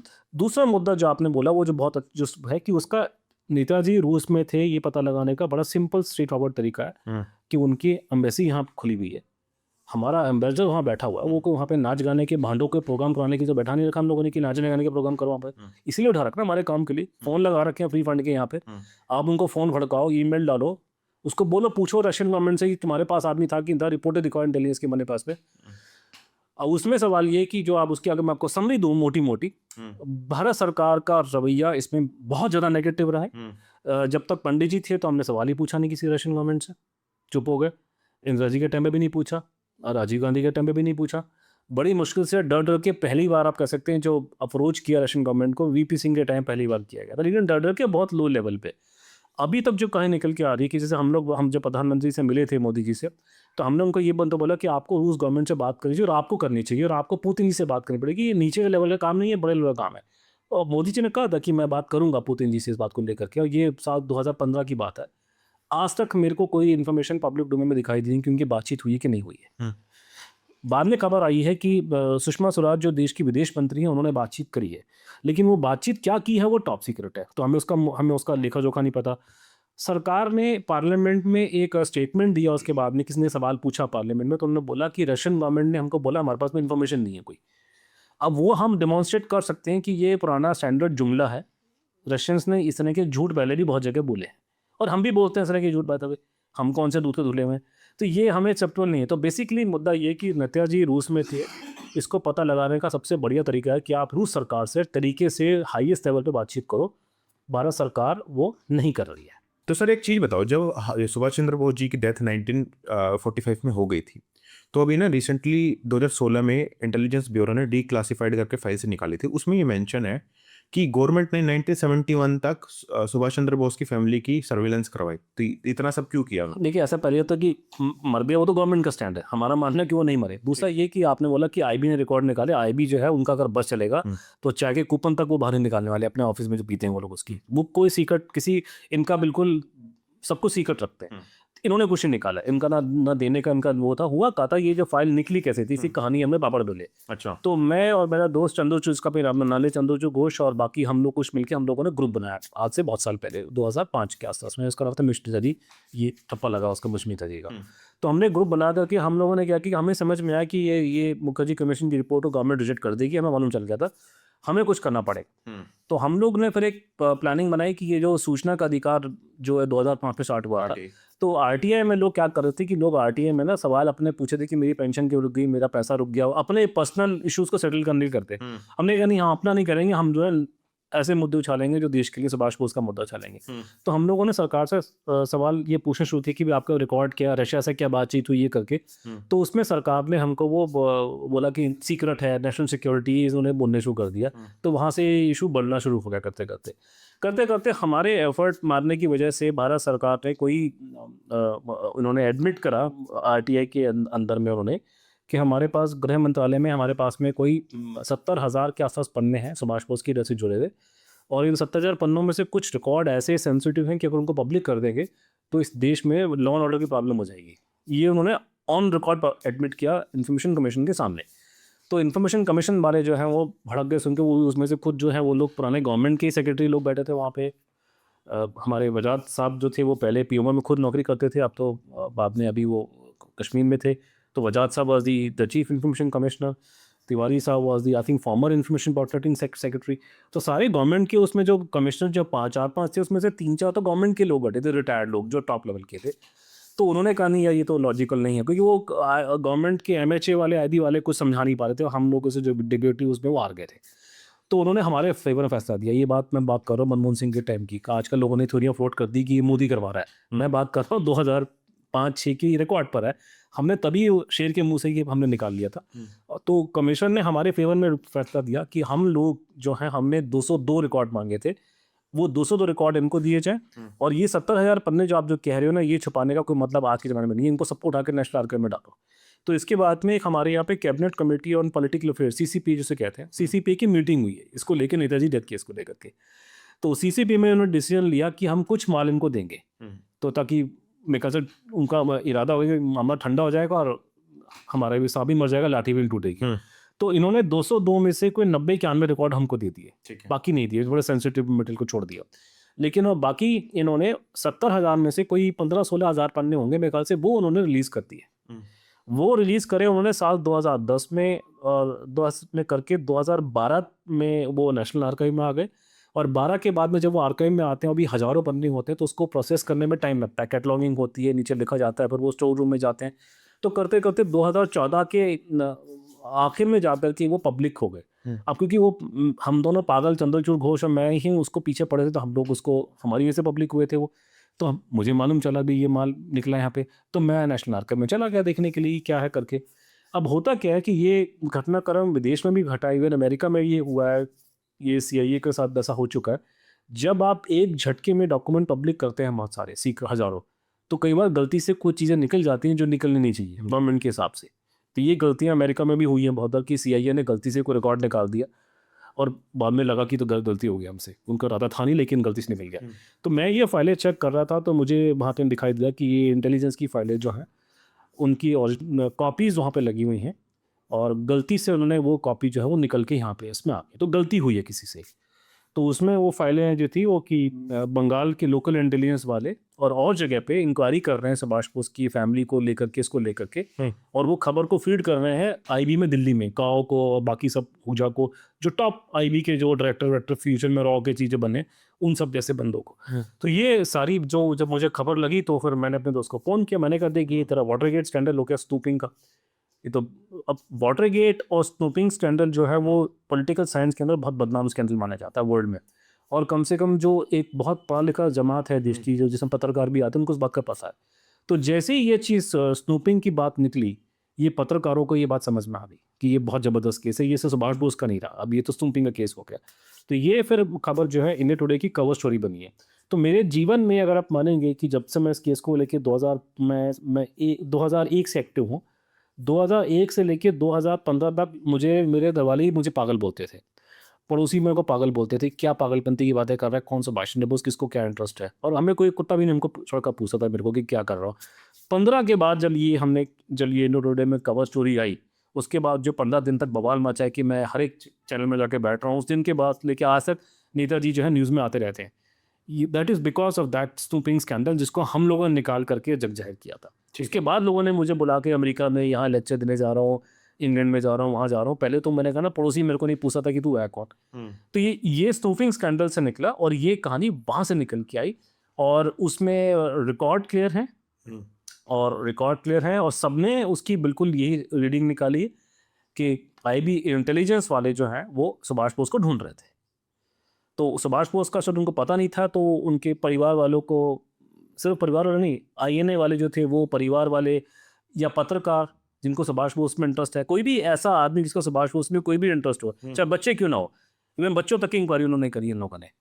तो ये उसको ढूंढ रहे थे। तो ये सारी खबर निकल करके आई और उसमें ये इनडायरेक्टली ये प्रूफ हो गया कि अगर वो मर चुके हैं तो ये पीछे किसके पड़े हैं, भूत तो पकड़ने जा नहीं रहे लोग। बिल्कुल। इसका मतलब ये कि ये स्टूपिंग स्कैंडल अपने आप में साबित करता है कि सुभाष बोस की डेथ नहीं हुई है, और अगर वो 71 तक ये कर रहे हैं, इसका मतलब रशिया वाली बात भी ठीक नहीं है। क्योंकि रशिया में आप कहते हैं स्टालिन ने मरवा दिया, तो अगर स्टालिन ने मरवा दिया, स्टालिन की डेथ 53 में हो चुकी है, तो ये केस हर महीने से 1955 में ख़त्म हो चुका है। लेकिन अगर आप उसके बाद भी इंक्वायरी कर रहे हैं, इन्वेस्टिगेशन कर रहे हैं, उनके नेताजी के परिवार के कुछ लोगों ने कन्फर्म किया, उनके भतीजे ने बोला कि हमारा फ़ोन टैप हुआ 84 तक। तो आप 84 तक इंक्वायरी किस बात की क्यों जासूसी कर रहे हो? जिसका मतलब में इस केस में कुछ है जो आपके प्लेन क्रैश वाली स्टोरी में तो फिट आता नहीं है, ना रशियन एंगल फिट आता है। बिल्कुल। तो ये मुद्दा ये से निकल के आता था। तो सर आपको एक बात ये नहीं लगती कि जिस आदमी ने इस देश की स्वतंत्रता के लिए इतना ज़्यादा मतलब अपने ऊपर बोझा उठाया, बाहर देशों में जाके अपनी फौज बनाई ताकि भारत देश को आज़ाद करवा सके, और वो गुमनामी की मौत मर गया, तो आपको नहीं लगता कि ये हमारे ऊपर एक कलंक है कि तो उसको वो रिगार्ड नहीं दे पाए? नहीं, कलंक तो हमारे पे है ही। कलंक कह ले कि उसमें आपको ये जानना होगा, उसमें ये पूरी जो कहानी जो है उसका मैंने आपको जो पहले बैकग्राउंड दिया कि सेकेंड वर्ल्ड वॉर में 2 अलग-अलग धड़े बन गए थे, एक्सिस ब्लॉक और ये बोला। भारत के अंदर एक बड़ी ज़बरदस्त हम लोगों को ये हमारी गांधीवादी विचारधारा का शायद आप बोल सकते हैं न्यूज़ में योगदान है कि ये बड़ी अनोखी चीज़ है हमारे देश में, जो और जगह लोगों को देखने को मिलती नहीं है। वो ये होता है कि हमारे को अपनी चिंता नहीं, हमको दुनिया की चिंता होती है। बिल्कुल। अपने पेट में खाने को रोटी हो ना हो, लेकिन पड़ोसी के पेट भरना चाहिए, ये ऐसा कोई लोगों का रिवाज है। आपके यहाँ पे बैठ के लोग ये जुमले दे रहे थे, अभी भी जुमले देते रहते हैं कि साहब जापान ने और जर्मनी ने ये गलत काम किए, लोगों को मारा पीटा, और सेकेंड वर्ल्ड वॉर में ये क्या वो किया। जो अंग्रेज आपको मार पीट रहे थे, जो आपको गालियाँ दे रहे, वो आपको वो नज़र नहीं आ रहा था। तो हालत देखो, खुद तो गुलाम है, खुद खाने को पेट में रोटियां नहीं लोगे। अभी तो भगवान भला करे, कम से कम 20 साल में जब से आपका नरसिम्हा राव ने इकोनॉमी खोली तो हमारे को थोड़े कपड़े चुपड़े पहनने की तमीज़ आ गई। पहले आप देखना फोर्ट में 1980 से पहले की हमारी शक्लें कैसी हुआ करती थी इंसानियों, क्या हमारा स्टैंडर्ड था यूरोपियंस के सामने। अभी तो बहुत फर्क पड़ गया देश में। तो आप 1940-45 में आपका देश गुलाम है, आप खुद खाने में आपको पेट में रोटी नहीं है, अंग्रेज आप पे अत्याचार कर रहा है, आपको उसकी टेंशन नहीं है। आपको टेंशन है कि साहब वहाँ पे वो जर्मनी वाले ना यूरोपियंस को मार रहे हैं। तो ये इंटरनेशनल जो है ना ये अप्रोच, ये इनकी ये रही है तो इन्होंने वो किया। तो सुभाष बोस का जो गांधी जी का जो आपस में प्रॉब्लम हुआ था उसमें से एक फैक्टर ये भी था कि गांधी जी और गांधी जी के फॉलोअर जिसमें पूरा देश आता है, क्योंकि देश गांधी के रास्ते पे चलता है, सुभाष बोस रास्ते पे नहीं चलता। ये इनके लिए दुनिया में शांति आना, दुनिया में शांति की बात करना वो पहली बात है। भारत सेकेंडरी है। पहली चीज़ है दुनिया में शांति है, या फिर मेरे को दुनिया में शांति ना आना पहले, ये हमारा पहला। आज भी आज देखो, आज के दिन भी जो अमेरिका में जो ये कल वो घटना घटी है ना कि उन्होंने किसी कंट्री में उन्होंने वेनेजुएला पे अटैक किया है, तो सारे शांति प्रिय लोग हमारे बैठ के यहाँ पे ट्विटर में बैठ के उनको अमेरिका को राय दे रहे हैं बैठ करके कि आपको तो ये कर रहे हैं, तुम्हारी में जोर नहीं है, तुम कर लो, तुम क्या करते हो, हम क्या करते हैं भैया, ठीक है ना।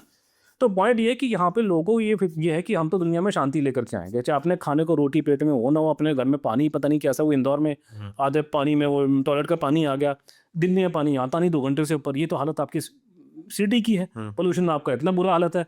तो अपने घर का ठिकाना है नहीं, लेकिन दुनिया में उंगली करने के लिए सबसे पहले आके इंसानी बन जाते हैं कि साहब ये थी खराब हो रहा है। आप बेमतलब के चौधरी बन रहे हो, बेमतलब है चौधरी अमेरिका है, आप तो हो नहीं और आप बनते हो बेमतलब है कि तो ये जो बीमारियां हैं उसको लेकर के ये लोग इस तरह की बातें करते थे, साहब ये हो गया वो हो गया। सुभाष बोस का नजरिया था कि इंडिया फर्स्ट, कि पहले मैं अपनी कंट्री को आज़ाद कराऊंगा, अब दुनिया में देश में वो क्या कर रहा है उससे मुझे क्या लेना, वो अलग कहानी। अब वो प्रॉब्लम है कि वो वहाँ पे गए और उन्होंने लड़ाई, कांग्रेस ने और गांधी जी ने उनका विरोध किया सब लोगों ने, और कि आप मत जाओ, जर्मनी के पास नहीं जाना, जापान के पास में नहीं जाना, अंग्रेज़ों के आप जूते साफ कर लो लेकिन उनके पास मत जाना। ये बस एक उनको बताने का तरीका था। लेकिन वो गए और इवन दो वो लड़ाई हार गए, लेकिन अपनी हार में भी उन्होंने जो झटका दिया है, जो लड़ाई मिलिट्री के मैदान में तो लड़ाई हार गए, लेकिन जो उसका साइकोलॉजिकल इम्पैक्ट हुआ है उसकी वजह से भारत आज़ाद हुआ। बिल्कुल ठीक है। अब प्रॉब्लम ये होगी कि भारत तो आज़ाद हो गया, लेकिन भारत आज़ाद तो हो गया, लेकिन ये नेताजी तो वहाँ थे नहीं उस टाइम पे। तो जो लोग उनको अपोज कर रहे थे मतलब उन्होंने ही उसकी खीर खाई है। बिल्कुल कि जो लोग सुभाष बोस के खिलाफ में थे, जो लड़ना नहीं चाहते थे, जो भारत छोड़ो आंदोलन के खत्म होने के बाद चुपचाप बैठे हुए थे, किताबें लिख रहे थे जेल में बैठ करके, उन लोगों ने सुभाष बोस के सारे, उसने खेत में जुताई, उसने वो कहते हैं ना वो जो काम उन्होंने किया था, लेकिन फल उन्होंने काटे, फल खाते ये बैठ के। अब जब ये पावर में आ गए तो पावर में आने के बाद उन्होंने अपनी डुगडुगी भरनी शुरू कर दी कि साहब हम बड़े महान हैं, हम तो दुनिया में शांति लेकर के आएंगे, फलाना धमकाना करके, और सुभाष बोस को साइडलाइन कर दिया गया उसके नाम को। अब प्रॉब्लम ये होता है कि एक बार मैं एक झूठ बोल दूं तो फिर वो झूठ मुझे बोलना पड़ता है बार बार, तो वो उसको करते करते करते करते करते वो मल्टीप्लाई होता चला गया, एक झूठ के 10 5 6। वो एक बार सरकार का एक नैरेटिव बन जाए तो सरकार का नैरेटिव वही बिल्डअप होता रहता है, चाहे गवर्नमेंट किसी की भी है। तो ये झूठ की शुरुआत ऐसे स्टार्ट हुई थी, करते करते करते वो केस इतना बिगड़ गया कि आज के दिन में बड़ी शर्म की बात है कि मेरे ऐसे लोग को बोलना पड़ रहा है कि हम लोग सारे पैट्रियोटिक हैं, लेकिन जहाँ सुभाष चंद्र बोस की बात आती है भारत सरकार जो है बिल्कुल हॉस्टाइल है।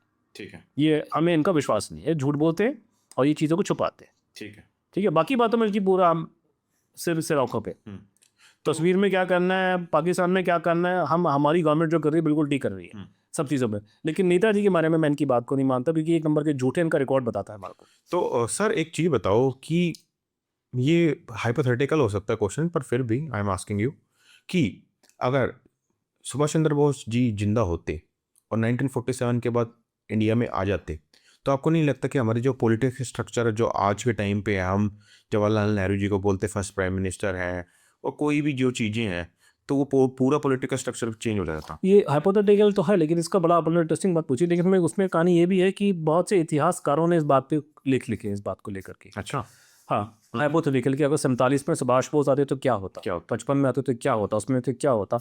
तो ये बहुत ऑब्वियस सवाल है, लोग पूछना चाहते हैं कि अगर पंडित जी नहीं बनते और अगर सरदार पटेल बनते तो क्या होता। तो ये बड़ा एक नेचुरल ये सवाल है। तो हम लोग उसमें इसको इंटेलिजेंस वाले वॉर गेमिंग करते हैं, वो तो बैठ के वो भी स्नेरियो बिल्डअप करते हैं।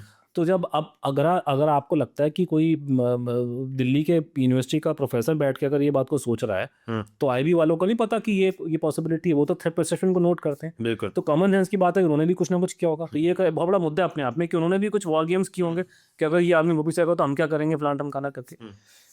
उसका सवाल का आंसर मैं आपको दूंगा कि अगर Subhash Chandra Bose 47 second world war जो हुई है तो उसमें 2 ब्लॉक थे, एक्सिस एलाइड, एक्सिस लड़ाई हार गए, और जिन जिन लोगों के साथ सुभाष बोस की मीटिंग हुई उनसे उनका उठना बैठना था, बातचीत थी, या तो वो सारे के सारे सेकेंड वर्ल्ड वॉर में मर गए, ठीक है, या उन्होंने आत्महत्या कर ली, या गायब हो गए, या फिर उसमें से क्या नाम है, उसमें से जो बच गए उनको उन्होंने क्लास 1 वॉर क्रिमिनल बना के हैंग कर दिया। ठीक है। तो Subhash Chandra Bose basically belong to, अगर आप उसको वहाँ रखेंगे उनको वहाँ पे, वो एक्सिस ब्लॉक का हिस्सा थे।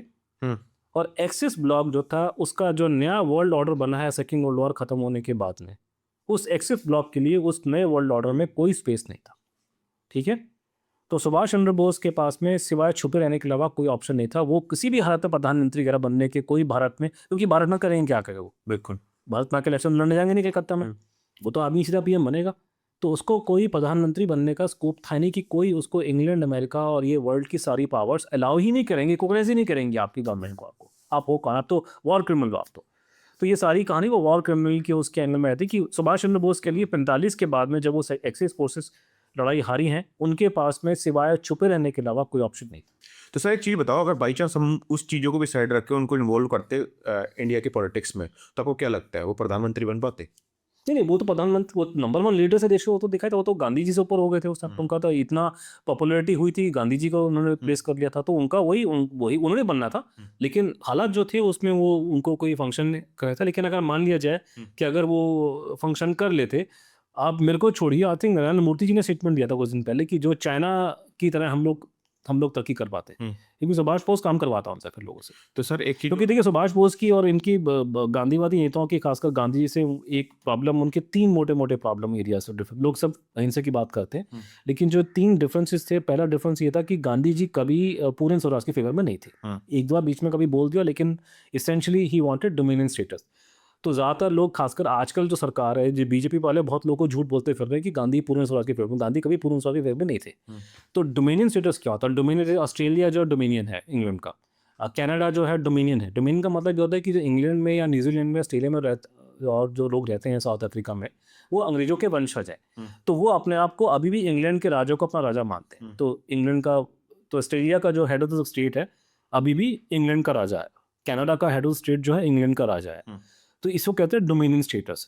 तो गांधी जी ये चाहते थे हमारे देश में, और वही हम बने 47 में, हमारे को डोमिनियन मिला। हम लोग इंडिपेंडेंट नहीं हुए, डोमिनियन मिला। इंग्लैंड का राजा हमारा राजा था, हमारा आखिरी राजा किंग जॉर्ज था।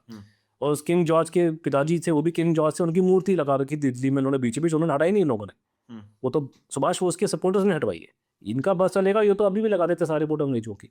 गांधी जी ने खुद बोला कि हमारे आज़ाद भारत के झंडे में यूनियन जैक लगना चाहिए। तो गांधी जी और कांग्रेस के, और खासकर जो गांधीवादी नेता हैं, वो डोमिनेंट स्टेटस चाहते थे कि इंग्लैंड के राजा को ही हम अपना राजा माने। ठीक है, वो पूर्ण स्वराज के फेवर में नहीं थे। ये सुभाष बोस को और उनका आपस में बहुत इनकी प्रॉब्लम थी। नेताजी चाहते थे पूर्ण स्वराज के, हमें पूरा कंपनी इनसे पूरा काट के रखना, हमारा कोई इनसे, हमारा कोई, हम उनके वंशज तो है नहीं अंग्रेजों के, हम क्यों उस बात पे हम उनके साथ में। दूसरी प्रॉब्लम उन सुभाष बोस की, उनके गांधी के साथ में थी कि ये आपके सवाल से ज़्यादा रिलेवेंट है। गांधी जी ये हैवी इंडस्ट्री के फेवर में नहीं थे। बिल्कुल, बहुत ही, वो एलोपैथी के फेवर में नहीं थे, हैवी इंडस्ट्री के फेवर में थे, जहाज़ों के फेवर में नहीं थे, रेलगाड़ी के फेवर में नहीं थे। 50 सीटों को मैं मना कर दिया, ना हमें नहीं चाहिए, हमें चरखा चला करके विलेज को, इकोनॉमी को हमें डन करना है। सुभाष बोस थे, इन बड़ी बड़ी इंडस्ट्री लानी है, ये होना चाहिए, मॉडर्न होना चाहिए, कुछ इलाके में शराब भी बिकनी चाहिए ताकि उसमें रेवेन्यू आए, सब कुछ। वो बिल्कुल प्रैक्टिकल बातें करते हैं। उम्र का बहुत फ़र्क था। और उसके बतो सुभाष बोस जब कांग्रेस के प्रेसिडेंट बने थे तो उन्होंने एक प्लानिंग कमेटी बनाई थी। उसी प्लानिंग कमेटी को बाद में आजकल नीति आयोग कहा जाता है। तो वो उस सुभाष उससे बहुत नाराज हो गए थे गांधी इस बात को लेकर के, बिकॉज उनका प्लान था कि कंट्री को डेवलप करने के लिए इंडस्ट्री चाहिए, वही गरीबी बाहर निकालने का। तो ये सुभाष बोस का ये आइडिया था कि इंडस्ट्री, हैवी, ये सब होना चाहिए देश में। जो टू दी एक्सटेंट पंडित जी भी उसमें इन्वॉल्व थे कि पंडित जी को उन्होंने इसका मेंबर बनाया था, लेकिन गांधी खिलाफ न थे इसके। लेकिन उस टाइम पर सब लोग इनसे नाराज। तो तीसरी बात थी कि जो गांधीवादी नेता है उनका बड़ा क्लियर कट उनका व्यू है कि अंग्रेजों के खिलाफ में हिंसा नहीं होगी। ठीक है, औरों को मारो बेशक से, जापानियों को मारो, सबको मारो, वहाँ पे ठीक है, लेकिन अंग्रेजों के खिलाफ अपने हाथ में उठाना आप लोगों ने। ठीक है। तो सुभाष बोस का वो था कि मारो अंग्रेजों को, इनका उनका। तो ये इन तीनों के चक्कर में आप अगर हमारा रहते हो, आप सर्कमस्टेंसेस को आप हटा दें मान लीजिए, तो शायद जो नारायण मूर्ति ने बोला, मुझे बोलने की जरूरत नहीं, कि जिसे जो चाइना में तरक्की हुई है कुछ टाइम से, शायद हम लोग उस रास्ते पे चल रहे होते कि ना के हिसाब पे जो अभी हमारी हालत अभी। तो सर एक चीज़ और बताओ कि आपको ये नहीं लगता कि हमारे जो कैरिकुलम है एजुकेशन का, जो बुक्स में है, उसमें हमने नेताजी के बारे में जो चीज़ें थी उसको सॉफ्टन कर दिया और गांधीवाद को हमने खूब ज़्यादा बढ़ा चढ़ा के चीज़ों को दिखाया, ताकि जो छवि थी जो नेताजी की हम उसको छुपा सकें। नहीं, वो तो गवर्नमेंट का वही तो प्लान है ना, मक पता है कि पहले दिन से ही वो गांधी भक्ति को प्रमोट कर रहे हैं। पूरा बजट हमारा अरबों रुपए का, पता नहीं कितने पैसे फूक दिए उन्होंने, वो तो सारा का सारा देश ही वो दे दी में आजादी बिना खड़क ग्रांट चलता है। तो वो तो ही है, वो तो गवर्नमेंट का ऊपर से, अगर ऊपर से टॉप से चल रहा है, टॉप टू बॉटम, कि गांधी जी का ही नाम प्रमोट होगा, गांधी भक्ति को ही प्रमोट किया जाएगा, और सुभाष बोस का नाम नहीं होगा। तो वो तो सबको दिखाई। वो तो अभी थोड़ा भगवान भला करे कि 1970s के बाद धीरे धीरे लोगों ने लड़ाई करी तो थोड़ा नाम होना शुरू हो गया, और अभी थोड़ा सा ज़्यादा हो गया कि अब हम लोगों ने बोला तो मोदी जी ने यहाँ मूर्ति लगा दी दिल्ली में, तो थोड़ा अभी नाम थोड़ा पहले से बढ़ गया। ये 70s में बढ़ना शुरू हो गया था धीरे धीरे, कि सरकार छुपा नहीं पाई कि नेताजी का इतना बड़ा है कि आप नहीं छुपा सकते उस आदमी को। लेकिन है कि सरकार का रवैया तो पहले दिन से उस बात को लेके हमारे उनका आंकड़ा खराब है उनके साथ में, कि आप गांधी भक्ति करते हो। और हमें तो इसका कोई अकाउंटिंग नहीं है। अगर आप जाके देखेंगे, आप लोग तो इंटरनेट पे आप जाके गूगल सर्च करके देखिए कि हमारे जो विदेश में हमारे जो मिशन है वो सारे गांधी भक्ति प्रमोट करते हैं हर जगह। अजीब अजीब बातें बोलते हैं। मैं आपको बोलूँगा, आपके होश हो जाएंगे सुन करके। हमारे प्रधानमंत्री मोदी जी मेरे ख्याल से जर्मनी गए थे, वहाँ जाके उन्होंने पता नहीं स्टेटमेंट दिया, आई थिंक जर्मनी या ऑस्ट्रेलिया में से कोई सी कंट्री, बट मुझे अच्छी तरह याद है। और स्टेटमेंट दिया जाकर के प्रधानमंत्री ने, और ये एक पहला नहीं, सब ने ऐसी बातें बोली। हमारे सारे लोग बोलते हैं वहाँ पे कि हमें तो क्या नाम है, गांधी जी के रास्ते पे चल के आतंकवाद को हराया जा सकता है। तो अगर गांधी जी के रास्ते पे चल के आतंकवाद को हराया जा सकता है, तो अजीत डोभाल क्यों गया भैया कश्मीर के अंदर? किसी इसको डिग्गी राजा को भेजना था, एक गांधीवादी नेता बैठे हैं दिल्ली में, इनको भेजो। अगर है ना इस तरह के। मुझे याद है मैं शिकागो में गया था, अमेरिका में, मेरा लेक्चर था वहाँ पे। तो शिकागो में उसी टाइम पे हमारी एम्बेसी, हमारा कॉन्सुलेट है हमारा वहाँ, एम्बेसी तो हमारी वाशिंगटन में है, वहाँ पर हमारे कॉन्सुलेट 3-4 जगह अमेरिका में, उधर भी, शिकागो के अंदर भी है। तो शिकागो में उन्होंने प्रोग्राम करके इन्होंने ये गोरी चमड़ी वालों का बतलाया इन्होंने जा करके कि साहब हम तो, हमारे देश में बिना फौज के काम होता है, हम तो शांति प्रिय लोग हैं। मैंने कहा क्या पागलबंदी की बातें कर रहे हैं, पूरी हमारी माशाल्लाह फौज खड़ी इतनी बड़ी हमारी, कौन कह रहा है बिना फौज के काम नहीं होता? और हम तो डंडे बजा के बात करते हैं यहाँ पे, हम लोग तो, हमसे तो डंडा मारने वाला कोई दुनिया में ताकत नहीं है हमारी यहाँ पे कोई। तो ये इस तरह की झूठी बातें पब्लिकली फ्लोट करना, ये करना, और ये कितने हद तक गिर चुके थे और अभी भी उनके दिमाग में ज्ञान, आपको मैं समझा रहा हूँ। एक शायद आपको ये पता नहीं होगा, और आपके बच्चों को खासकर, जो, क्योंकि मैं ये लेके चल रहा हूँ कि छोटे बच्चे इसको देखेंगे, बुढ़े नहीं देखते, बुढ़ों को इंटरेस्ट किसी और चीज़ में, मैं आपको उसका नाम दूंगा नहीं। या आजकल इस देश की बड़ी बड़ी हमारी होगी कि बुढ़ों का जो है पूरा फोकस ही बिगड़ गया, पता नहीं वो क्या रात को फिल्में देखते जा करके। तो मेरे को ज़्यादातर लड़के, छोटे बच्चे और लड़कियाँ देखते हैं प्रोग्राम को। ये आपको सुन के आपके होश हो जाएंगे। एक चीज़ आपको जानना जरूरी है, ये सारी बातें मैं आपको सोर्स मटेरियल से बता रहा हूँ। बिल्कुल, मैंने जो गांधी जी का जो मेरा अध्ययन किया है, मैंने महात्मा गांधी कलेक्टेड वर्क्स पढ़ा है। मैं ये किताबें नहीं पढ़ता दूसरों की लिखी हुई, क्योंकि आप तो उसमें अपनी कहानियां, अपने जुमले दे रहे हो, मुझे एक्चुअल वर्क चाहिए, ओरिजिनल वर्क चाहिए, उन्होंने क्या लिखा। जैसे एक चीज़ आपको याद, अब तो दिमाग में आप बोला कर लो कि महात्मा गांधी फौज इस देश में नहीं चाहते थे। ठीक है, फौज को डिसबैंड करना है, हमें फौज नहीं चाहिए, हम तो शांति पे लोग हैं, हम तो इससे डरते नहीं। और अहिंसा में इतनी ताकत है कि अगर अहिंसा से हम लोगों ने अंग्रेज भगा दिया तो पाकिस्तान किस की मिली। कि अगर अहिंसा से अगर आपने ब्रिटिश अंपायर को हटा दिया, जो वर्ल्ड का सबसे बड़ा अंपायर था, तो ये पाकिस्तान, चाइना तो बहुत छोटी सी हमारे लिए, हमारे बाएं हाथ तक खेले हमारे गांधीवादियों के नेताओं के हाथ में। बिल्कुल। तो ये गांधी जी के जाने के बाद में ये बारे आई बोलते रहे उल्टी सीधी बातें। जैसे एक एग्जांपल आपको मैं देता हूँ, ये आपका सुन के आपका रिकॉर्ड है, top secret record, D classified. Bharat का राष्ट्रपति राजेंद्र बाबू, ठीक है, वो जो गांधी जी के बहुत खासम खास थे, जो सुभाष बोस के खिलाफ में जो गैंग हुआ था उसमें से ये भी थे। तो ये राजेंद्र बाबू जो भारत के राष्ट्रपति हैं, और राष्ट्रपति का मतलब commander in chief of the arm forces of India, वो चिट्ठी लिखा टॉप सीक्रेट रक्षा मंत्री को और प्रधानमंत्री को। उसने बोला जी प्रधानमंत्री, हमसे जो विदेश के लोग मिलने आते हैं तो हमको बताते हैं कि आप तो एक तरफ तो आप कहते हो गांधी जी के रास्ते पे चलो, दूसरा आपने इतनी बड़ी फौज खड़ी कर रखी है यहाँ पे, ये क्या बात है? उसने कहा जी वो ठीक कह रहे हैं, कहता हमको तो हटाना, जो डिबैन करना चाहिए फौज को, हमारे को जरूरत नहीं फौज की हम लोगों को। ये राष्ट्रपति लिख रहा है राइटिंग में। ये मानसिकता है लोग कि अभी भी आए, ये बैठे हैं नोबेल प्राइज वाले बहुत सारे।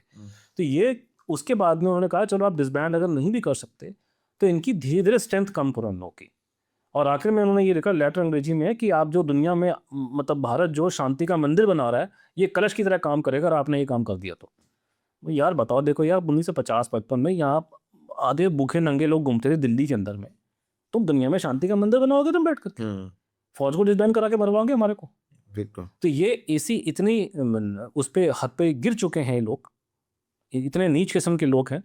ऐसी भूख यहाँ पे लोगों को नोबेल प्राइज की, इनकी छातियां जली हुई कि हाय हाय मुझे नहीं मिलता नोबेल पीस प्राइज, उसको मिल गया उसको मिल गया। ये तो हमारे खून में। और आजकल एक और मैं देख रहा हूँ आजकल के आपके सोशल मीडिया में वो एक बड़ी अंग्रेजी में कहा था ना, अंगूर खट्टे हैं। वाह बेटा वाह, 40 साल तक तुम लेने के चक्कर में थे, तुम्हें नहीं मिला तो कहते हैं कि नोबेल प्राइज बेकार होता है वो तो झूठा होता है, वो तो पैसे देके मिल जाता है। तो तुम क्यों पीछे भाग रहे थे फिर? क्यों गांधी जी का नाम गया 5-6 बार में, पंडित जी का नाम 14 बार क्यों गया था बताओ नोबेल प्राइज में? अगर नोबेल प्राइज इतना बेकार था तो ये दोगलापन की बातें छोड़ दो। ठीक है। तो हम लोग चाहते थे और हमारे भारतीयों के दिल में ये हमारे छाती हमारी जलती सुन के कि हमारे चाचा जी को, हमारे महात्मा गांधी को नोबेल प्राइज नहीं मिला, छोटे छोटे बंदों को मिल गया, हमारी बेइज्जती होगी। बिल्कुल। तो ये इस तरह की मानसिकता वाले लोग हैं जो सिस्टम में बैठे हैं, और ये बैठ के सुभाष बोस के बारे में क्या बात करेंगे बताओ? बिल्कुल। वो फौज बनाने के चक्कर में, ये फौज को डिसबैंड करने के चक्कर में, ये दुनिया में शांति लाने के चक्कर में वो करे इंडिया को पहले अपने तौर पर खड़ा करना। तो सर एक चीज बताओ, अभी हमने ना इतने डिकोड किया है ये चीजें, कुछ ऐसी चीजें भी हैं जो शायद रह गई, हम इसको पार्ट 2 में करेंगे। बट आज का ये पॉडकास्ट खत्म करने से पहले आप हमारे यूथ को क्या मैसेज देना चाहोगे? मेरा कोई मैसेज दूं? मैं भैया बड़ा छोटा सा आदमी, मैं मैसेज मेरे को नेता दूंगा मैसेज दूंगा। मेरा मैसेज यही है कि पहले तो आप इसको शेयर करो। मैं अपना बैठ के लड़ाई लड़ रहा हूँ पूरे केस को लेकर के, आप जैसे लोग बुला करके मुझसे पॉडकास्ट करते हैं, आपकी वजह से मेरा मैसेज लोगों तक जाता है। आपको मैं कल ही पूछूंगा, बुड्ढों को इसमें इंटरेस्ट केस में नहीं है, यंग लड़के लोगों को इसमें इंटरेस्ट है, तो वो इसको यही मैसेज है कि भैया इसको तुम शेयर करो, ट्विटर में डालो, वहाँ डालो, इधर डालो, लोग देखें सुने, लोगों में ज्ञान हो, ताकि मेरे को सपोर्ट मिले, ताकत मिले। देखिए देश में जब तक कोई किसी इशू का बज़ नहीं होता या किसी में किसी को वोट नजर नहीं आएगा, काम नहीं होगा। मुझे मालूम है सरकार सुभाष बोस की जो सच्चाई है, वो जीवित थे, भारत में थे, गुमनामे बाबा की कहानी ठीक है, गवर्नमेंट के पास सब रिकॉर्ड पड़ेगा, लेकिन निकालने में प्रॉब्लम आ रही है। जब पब्लिक में इंटरेस्ट होगा, डेवलप इसमें होगा, ये चीज़ें बाहर निकल के आएंगी, लेकिन पब्लिक प्रेशर लगना चाहिए। तो ये सिर्फ मैं बैठ करके अपने किताब लिख के तो मैं नहीं कर सकता, किताब तो लोग पढ़ते नहीं है, किताब तो पढ़ते लोग चेतन भगत की लाखों में, हमारी किताबें तो चलती हैं हज़ारों के अंदर में। तो किताबें हैं, तो मैं चाहता हूँ कि ये जो मेरा मैसेज ये कि भैया हमारी मदद करो, सपोर्ट करो।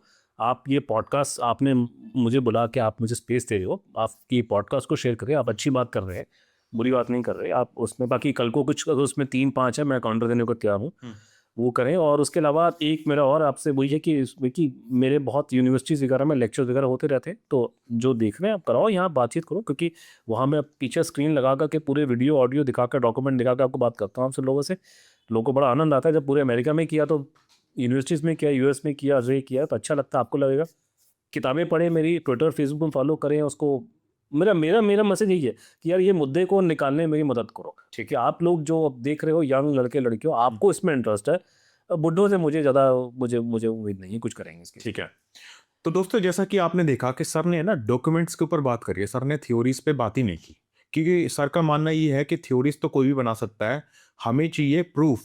और प्रूफ कहाँ से आता है? जो रॉ डॉक्यूमेंट्स होते हैं। तो सर पिछले 20 साल से इस पर्टिकुलर चीज पे काम कर रहे हैं, ताकि जो गुमनाम है, जो चेहरा गुमनाम है, हम उसको एक इज्जत दिला सके इस देश में, क्योंकि उनका जो कंट्रीब्यूशन है शायद हम उसको भुला नहीं सकते और ना कोई जुटला सकता है, क्योंकि उन्होंने जो किया है शायद ही कोई कर पाएगा।